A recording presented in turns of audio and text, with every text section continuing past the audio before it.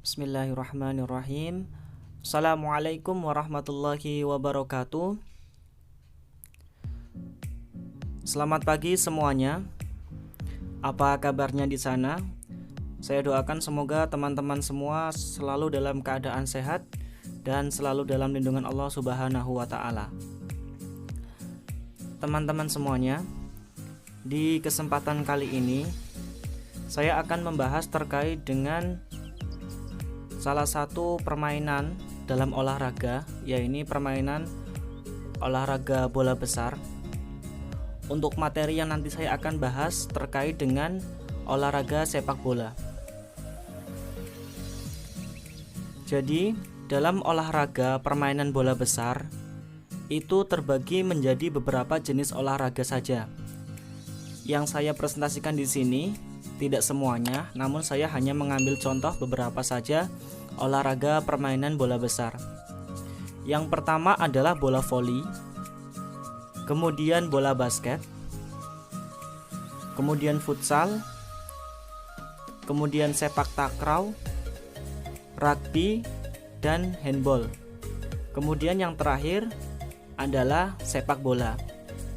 Nah, di kesempatan kali ini saya akan memberikan sedikit materi terkait dengan sepak bola, meliputi sejarahnya dan sebagainya.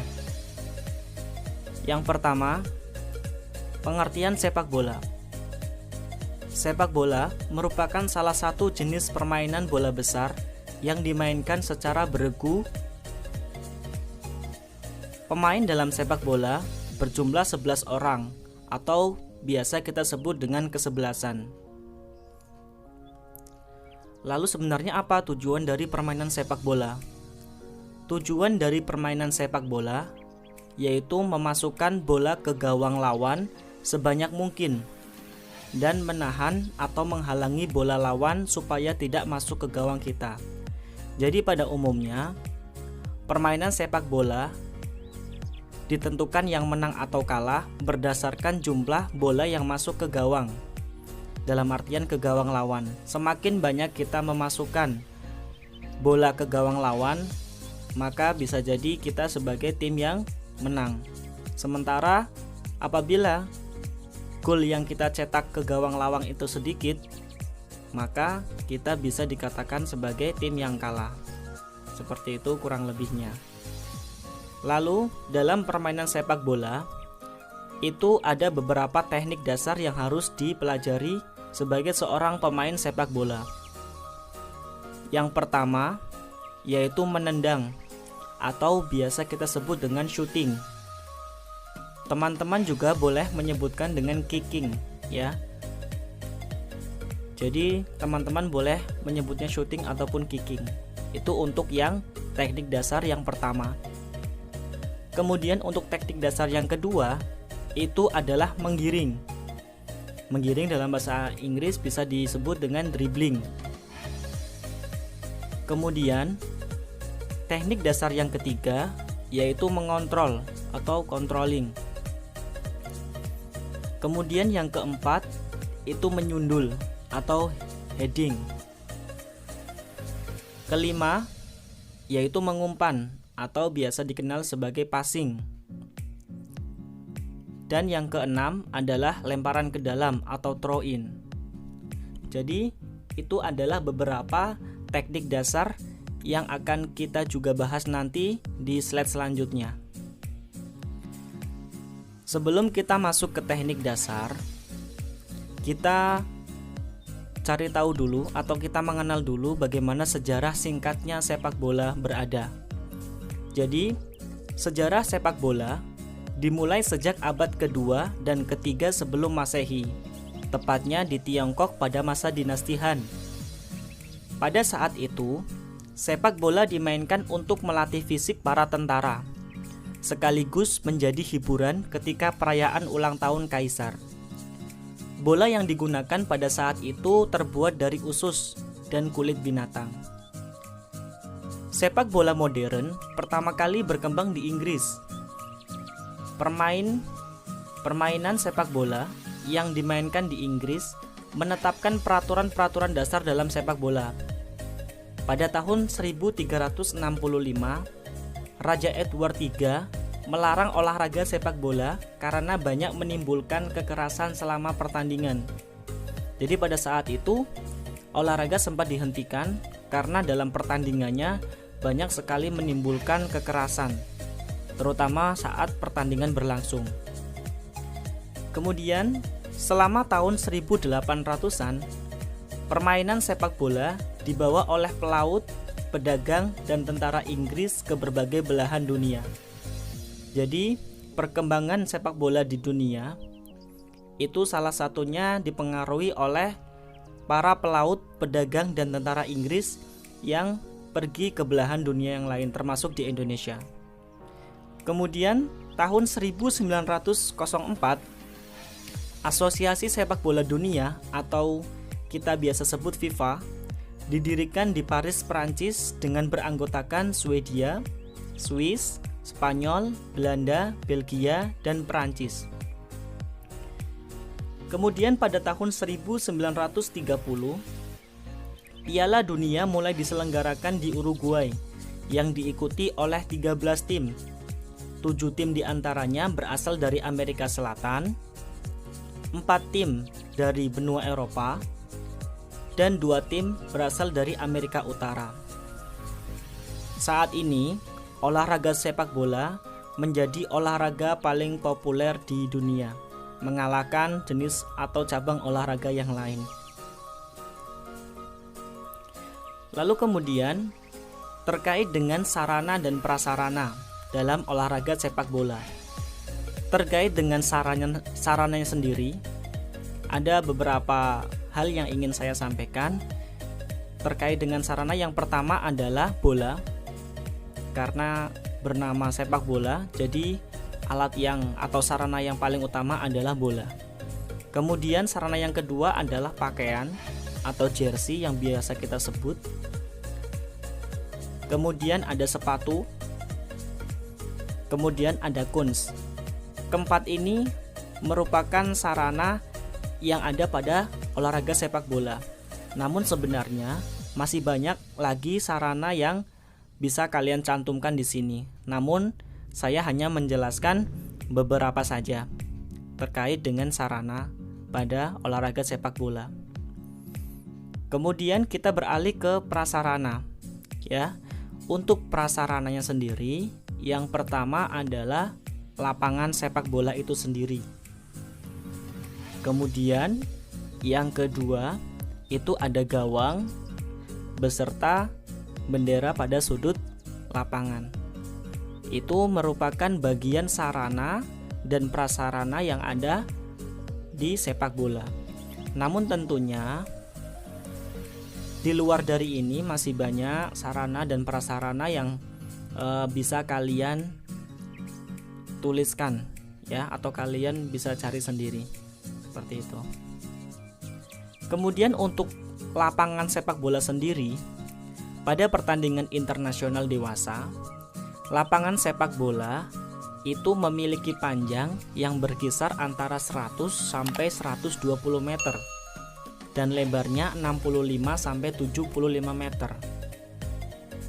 Itu untuk pertandingan yang levelnya internasional seperti Liga Champion, Liga Eropa, terus Liga Inggris, Liga Spanyol. Jadi itu merupakan rata-rata atau kisaran panjang dan lebar dari lapangan sepak bola itu sendiri. Kemudian permainan sepak bola itu dimainkan selama 2 kali 45 menit. Jadi dalam artian satu babaknya itu dimainkan selama 45 menit. Kemudian ditambah istirahat selama 15 menit. Jadi di antara babak pertama dan babak kedua itu ada jeda istirahat dan waktunya yaitu sekitar 15 menitan. Kemudian jika pertandingan menghasilkan gol ataupun kedudukan yang sama, maka akan ada perpanjangan waktu selama 2 kali 15 menit. Begitu teman-teman terkait dengan permainan sepak bola. Kemudian kita lanjutkan. Untuk ukuran gawangnya sendiri, untuk panjangnya yaitu 7,32 meter. Ini mengadopsi untuk yang internasional. Kemudian untuk tingginya itu yaitu 2,44 meter. Seperti bisa teman-teman lihat di layar. Panjang dan tingginya seperti itu. Untuk jenis bola, jadi dalam pertandingan resmi atau pertandingan yang diselenggarakan FIFA, untuk bola yang digunakan juga bukan bola sembarangan, dalam artian ukurannya boleh kecil ataupun sangat besar. Namun ada standarisasinya terkait dengan bola yang digunakan. Untuk jenisnya, bola terbuat dari kulit atau bahan lain yang dapat digunakan. Jadi untuk kulitnya sendiri atau untuk bahannya sendiri dari bola itu biasa menggunakan kulit atau bahan yang lain. Kemudian untuk kelilingnya sendiri, keliling bola itu sekitar 68 sampai 71 cm. Kemudian tekanan dari bola itu sendiri 0,60 sampai 0,70 atm. Kemudian untuk berat bola sendiri sekitar 396 sampai 453 gram. Itu adalah standarisasi untuk pertandingan bola atau bola yang digunakan di pertandingan resmi. Seperti yang dipertandingkan di Piala Dunia, Liga Champions ataupun liga-liga top di Eropa sana, termasuk di Indonesia. Di awal tadi kita telah menyebutkan beberapa teknik dasar dari sepak bola itu sendiri. Ada sekitar 6 teknik dasar yang akan kita pelajari. Untuk teknik dasar yang pertama yaitu menendang. Jadi menendang itu dalam sepak bola dibagi menjadi beberapa bagian. Yang pertama menggunakan kaki bagian dalam, kemudian menggunakan punggung kaki atau biasa kalian sebut dengan kura-kura kaki, itu boleh. Atau kalian dan yang ketiga adalah kaki bagian luar. Jadi saya ulangi, menendang itu dibagi menjadi 3 bagian: kaki bagian dalam, punggung kaki, dan kaki bagian luar. Untuk kaki bagian dalam bisa kalian lihat, jadi perkenaannya nanti berada di sisi samping jempol kaki kalian. Itu adalah bagian dalam. Ya. Sekali lagi, untuk perkenaan bolanya berada di sisi jempol kalian, jempol kaki. Perkenaan kaki dengan bola itu disebut kaki bagian dalam. Sementara untuk menendang menggunakan punggung kaki, berarti bagian kaki yang digunakan adalah bagian atas atau bagian telapak kaki bagian atas. Bisa kalian sebut punggung kaki. Itu untuk perkenaan berkaitan dengan kaki dan bolanya. Kemudian kaki bagian luar, ya, bisa kalian lihat di gambar yang ketiga. Jadi perkenaannya bola berada di bagian luar kaki. Kemudian untuk teknik yang kedua, menggiring. Jadi menggiring itu terbagi menjadi 3 bagian. Sama seperti menendang tadi, menggiring dibagi menjadi 3. Yang pertama menggiring bola dengan kaki bagian dalam. Yang kedua, menggiring bola dengan kaki bagian luar. Dan yang ketiga, menggiring bola dengan punggung kaki. Ini adalah ketiga jenis yang umumnya dipakai para pemain sepak bola ketika mereka menggiring bola. Yang berikutnya yaitu mengontrol. Teknik mengontrol. Teknik mengontrol itu dibagi menjadi 4 bagian. Yang pertama menggunakan kaki bagian dalam. Jadi ketika bola datang, perkenaannya nanti akan berada di sisi samping jempol kalian, jempol kaki kalian. Kemudian untuk punggung kaki itu sama, yaitu perkenaan bola berada di atas telapak kaki atau kalian bisa sebut sebagai punggung kaki, seperti gambar nomor 2.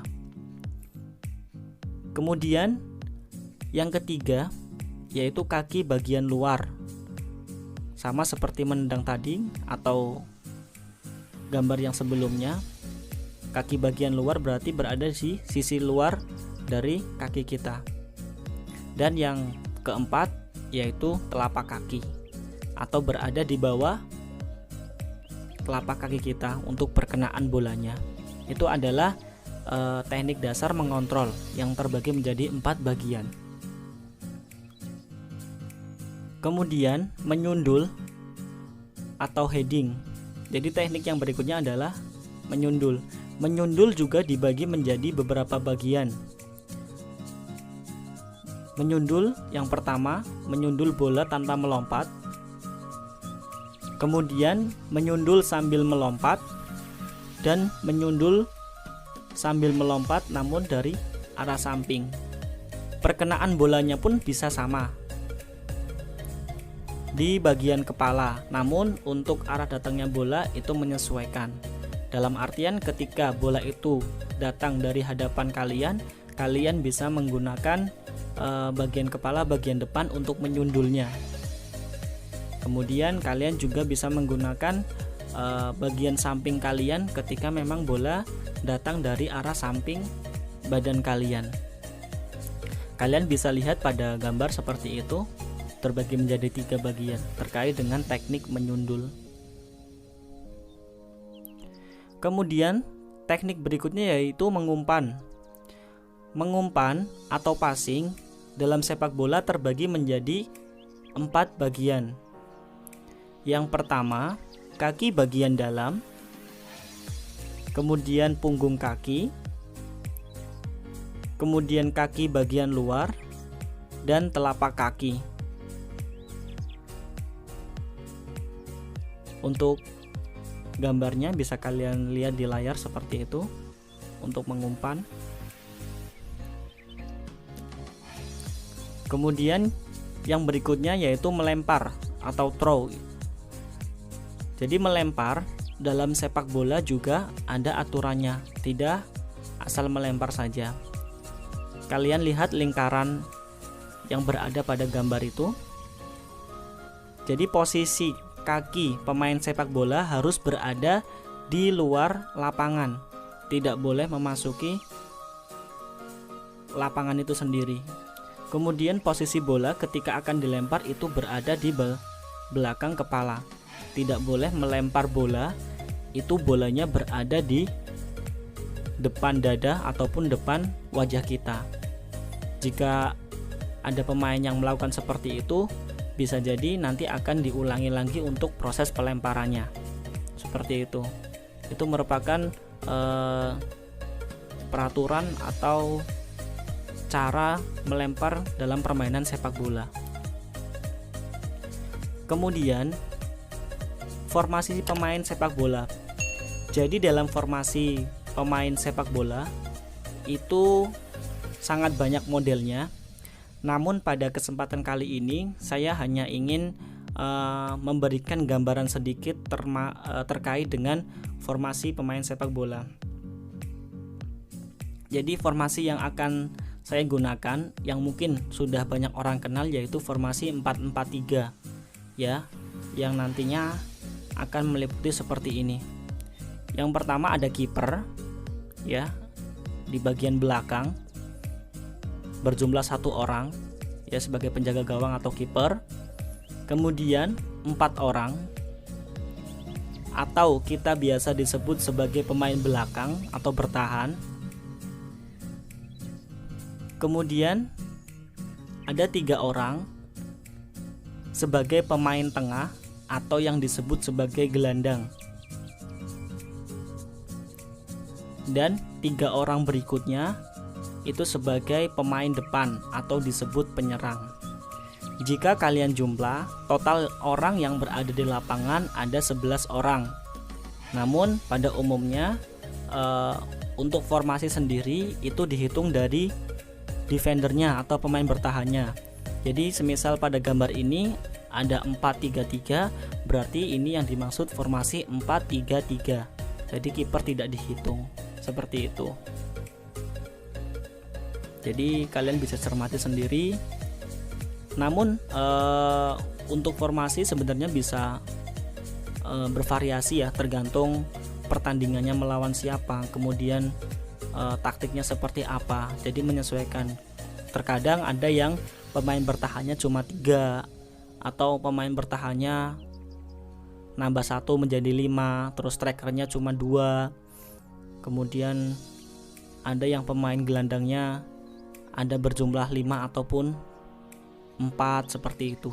Jadi terkait dengan formasi sebenarnya sangat umum dan sangat fleksibel, tergantung dari pertandingannya itu sendiri. Mungkin itu saja teman-teman yang bisa saya sampaikan terkait dengan materi permainan bola besar, yaitu permainan sepak bola.